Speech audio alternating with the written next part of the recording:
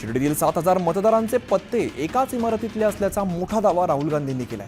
महाराष्ट्रातील मतदार याद्यांमध्ये गडबड झाली असं म्हणत राहुल गांधींनी लोकसभेत हा मुद्दा उपस्थित केलाय।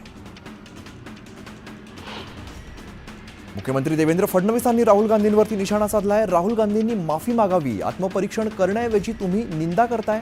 महाराष्ट्रातील जनता तुम्हाला माफ करणार नाही अशी टीका फडणवीसांनी केली आहे।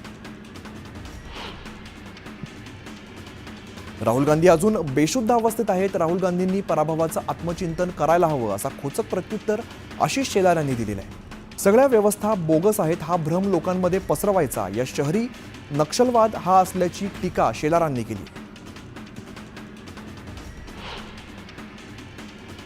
विधानसभा निवडणुकीत वाढलेल्या मतदानाच्या प्रकरणावरून हायकोर्टाने निवडणूक आयोगाला नोटीस बजावली आहे। संध्याकाळी 6 वाजल्यानंतर मतदान कसं वाढलं ते सांगा असा सवाल करत 2 आठवड्यात उत्तर देण्याचे आदेश हायकोर्टाने दिले।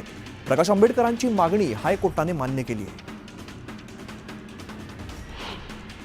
संध्याकाळी 6 वाजल्यानंतर निवडणूक विभागाने व्हिडिओग्राफी का केली नाही, नियमांचं पालन का केलं नाही असा सवाल प्रकाश आंबेडकरांनी केला। तसंच आयोगाने 6 नंतरच्या मतदानाचे व्हिडिओ द्यावेत अशी मागणी आंबेडकरांनी केली।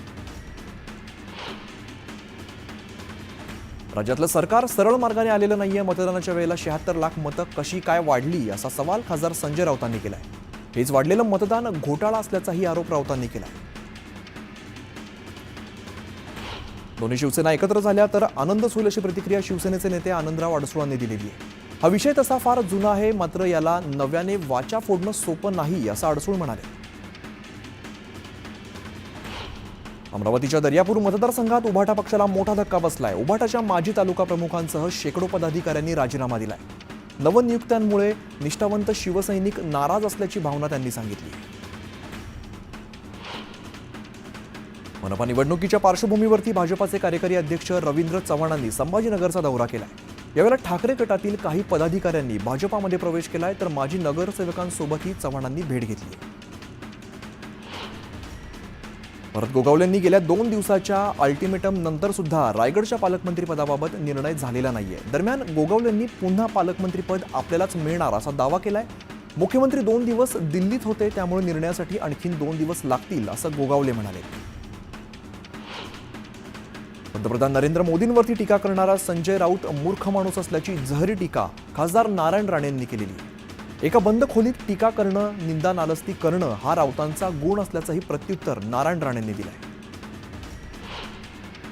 कोथरूडमधील वाहतूक कोंडी सोडवण्यासाठी रस्त्यांचे प्रश्न जलद गतीने मार्गी लावा असे निर्देश नामदार चंद्रकांत पाटलांनी दिले। त्यासाठी सरकारकडून निधी आणणार अशी ग्वाही सुद्धा दिली आहे। धाराशिवमध्ये आमदार सुरेश धसांचा पीए असल्याचं सांगून एका व्यक्तीने मराठा समाजाच्या कार्यक्रमासाठी पैशांची मागणी केली। दरम्यान या व्यक्तीला मराठा समाजाच्या कार्यकर्त्यांनी चांगला चोप देत पोलिसांच्या स्वाधीन केला।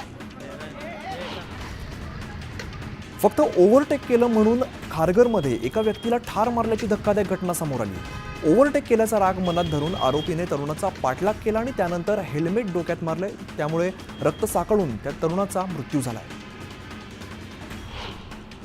अंबरनाथमध्ये दिवसाढवळ्या एका तरुणीवरती चाकूने वार करत तिची हत्या करण्यात आलेली आहे। पुलावरून जात असताना या तरुणीवरती धारदार शस्त्राने वार करण्यात आले। दरम्यान रुग्णालयात नेईपर्यंत तरुणीचा मृत्यू झाल्याची धक्कादायक बाब समोर आली आहे। अंबरनाथमधील ही हत्या आर्थिक देवाणघेवाणीतून झाल्याची माहिती पोलीस तपासात समोर आली आहे। आरोपी राहुल भिंगारकर याने तरुणी सीमा कांबळे हिच्याकडून पैसे घेतले होते, मात्र राहुलने पैसे देण्यास नकार दिल्याने त्याच वादातून सीमाची हत्या केली असं पोलिसांनी राहुलला ताब्यात घेतलंय। कल्याणमध्ये अल्पवयीन मुलीवरती अत्याचार आणि हत्या प्रकरणातील आरोपी विशाल गवळी त्याच्या 3 भावांना जिल्ह्यातून तडीपार करण्यात आलेला आहे। मात्र तरी सुद्धा त्यापैकी एका भावाने मृत मुलीच्या घराबाहेर दारू पिऊन धिंगाणा घातलाय। जामीन नाही झाला तर AK-47 घेऊन येतो अशी धमकी या तरुणाने दिली आहे। बनावट जामीनदारांचं रॅकेट पुणे पोलिसांनी उद्ध्वस्त केलेलं आहे। वानवडी पोलीस स्टेशनच्या पथकाने आतापर्यंत 11 आरोपींना अटक केली आहे। गुन्हेगारांना जामीन मिळवून देण्यासाठी वकिलांच्या मदतीने जामीनदार तयार केले जात होते। डोंबिवलीत बैलांच्या झुंजीनंतर आता मेंढ्यांची झुंज लावली जात होती। ही झुंज पाहण्यासाठी नागरिकांनी मोठी गर्दी केली। या प्रकरणी 10 जणांवरती गुन्हा दाखल करण्यात आलेला आहे, तर 25 ते 30 जणांना शोध सुरू आहे। दिव्यांग प्रवाशांसाठी असलेले नियम पुण्यातील PMPML प्रशासन पायदळीत उडवत असल्याचं समोर आलेलं आहे। दिव्यांग नागरिकांना बस पकडायची असल्यास बसच्या दरवाजाजवळ बजर वाजणं अपेक्षित आहे.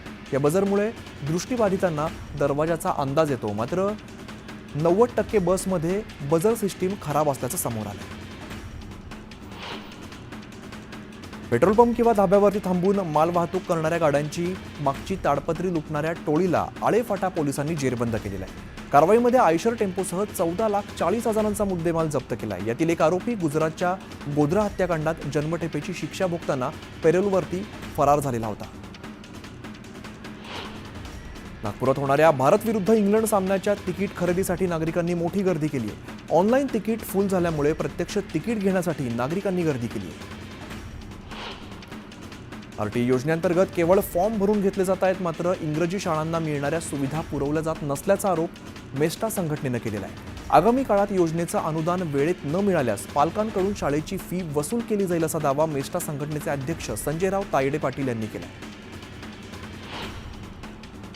रांगणगाव MIDC 40 ते 50 कामगारांना मजुरी न देता त्यांना एका खोलीत डांबून ठेवत मारहाण करण्यात आलेली आहे. या प्रकरणी दोघांना अटक करण्यात आलेली आहे, तर 4 जणांवरती गुन्हा दाखल करण्यात आला आहे. शिर्डीतील दुहेरी हत्याकांडात पोलिसांनी एका संशयित आरोपीला ताब्यात घेतलं, तर हल्ला झालेल्या 3ऱ्या व्यक्तीवरती रुग्णालयात उपचार सुरू आहेत. अद्याप सर्व आरोपींना अटक करण्यात पोलिसांना यश आलेलं नाहीये. शिर्डीत झालेल्या हत्याकांडानंतर पालकमंत्री राधाकृष्ण विखे पाटलांनी जिल्हा पोलीस प्रशासन आणि शिर्डीतील गावकऱ्यांसोबत बैठक घेतली. या बैठकीत विखे पाटलांनी संपूर्ण घटनेचा आढावा घेतलाय. शिर्डी हत्याकांड प्रकरणी भाजप नेते सुजय विखेंनी पोलीस अधीक्षक राकेश ओलांची भेट घेतलेली आहे. शिर्डी पोलीस ठाण्यामध्ये जात त्यांनी संपूर्ण प्रकरणाची माहिती जाणून घेतली. हलगर्जीपणा करणाऱ्या पोलिसांवरती कारवाई करण्याची मागणी यावेळेला विखेंनी केली आहे. चेन्नई जोधपूर एक्सप्रेसमध्ये काल बसण्याच्या जागेवरून वाद होऊन एका प्रवाशावरती हल्ला करण्यात आला, ज्यामध्ये त्याचा मृत्यू झालेला आहे. हा सगळा प्रकार नंदुरबार रेल्वे स्टेशनवरती घडलाय. विशेष म्हणजे या घटनेनंतर नंदुरबार रेल्वे स्टेशनवरती CCTVs नसल्याची बाब समोर आली आहे. चेन्नई जोधपूर एक्सप्रेसमध्ये जागेवरून झालेल्या राड्यात एकाचा मृत्यू झालाय. दरम्यान या हत्येप्रकरणी जोवर आरोपींना जेरबंद केलं जात नाही तोवर मृतदेह ताब्यात घेणार नाही असा पवित्रा मृत व्यक्तीच्या कुटुंबियांनी घेतलाय. नंदुरबार रेल्वे स्टेशनवरती सुरू असलेल्या अवैध आणि गोरखधंद्यांना पाठीशी घालण्यासाठी CCTV लावले जात नाहीत का, असा संतप्त सवाल मंत्री जयकुमार रावल यांनी उपस्थित केलाय. रेल्वे दुर्घटनेतील मृतांच्या कुटुंबियांची भेट घेताना रावल यांना अश्रू अनावर झाले. मराठी भाषा संवर्धनासाठी सरकारने मोठा निर्णय घेतलाय. आता सगळ्या शासकीय, निमशासकीय आणि महापालिका कार्यालयांमध्ये मराठी बोलणं अनिवार्य असणार आहे. मराठीत बोलण्यास नकार दिल्यास शिस्तभंगाची कारवाई केली जाणार आहे. राज्यभरात आरटी शुल्काच्या प्रतिपूर्तीचे तब्बल 2400 कोटी रुपये थकीत आहेत. त्यामुळे यंदाच्या आरटी ॲडमिशनसाठीचं पूर्ण शुल्क विद्यार्थ्यांकडून घेतलं जाणार आहे. दरम्यान सरकार आणि संस्थाचालकांच्या या वादात पालक आणि विद्यार्थ्यांचे मोठे हाल होणार आहेत. बीडमध्ये कायदा आणि सुव्यवस्था राखण्यासाठी बीडचे पोलीस अधीक्षक ॲक्शन मोडमध्ये आलेले आहेत. केवळ महिन्याभरात बीडमध्ये दारू, वाळू, गुटखा माफियांवरती 671 गुन्हे दाखल करत 1.25 कोटींचा मुद्देमाल जप्त करण्यात आला आहे. तर अधिकाऱ्यांचं मनोबल उंचावण्यासाठी बक्षीस योजना सुद्धा सुरू करण्यात आली आहे. नांदेडच्या अर्धापूरमध्ये धावत्या कंटेनरला अचानक आग लागलेली या घटनेमध्ये सुदैवाने कोणतीही जीवितहानी झालेली नाहीये. मात्र लाखोंचा मुद्देमाल यात जळून खाक झालाय. चिपळूणच्या विरेश्वर कॉलनीत भाजी आणि फळ मार्केटचं काम सुरू आहे. या कोट्यावधींच्या कामासाठी माती मिश्रित वाळू वापरली जात असल्याचं समोर आलंय.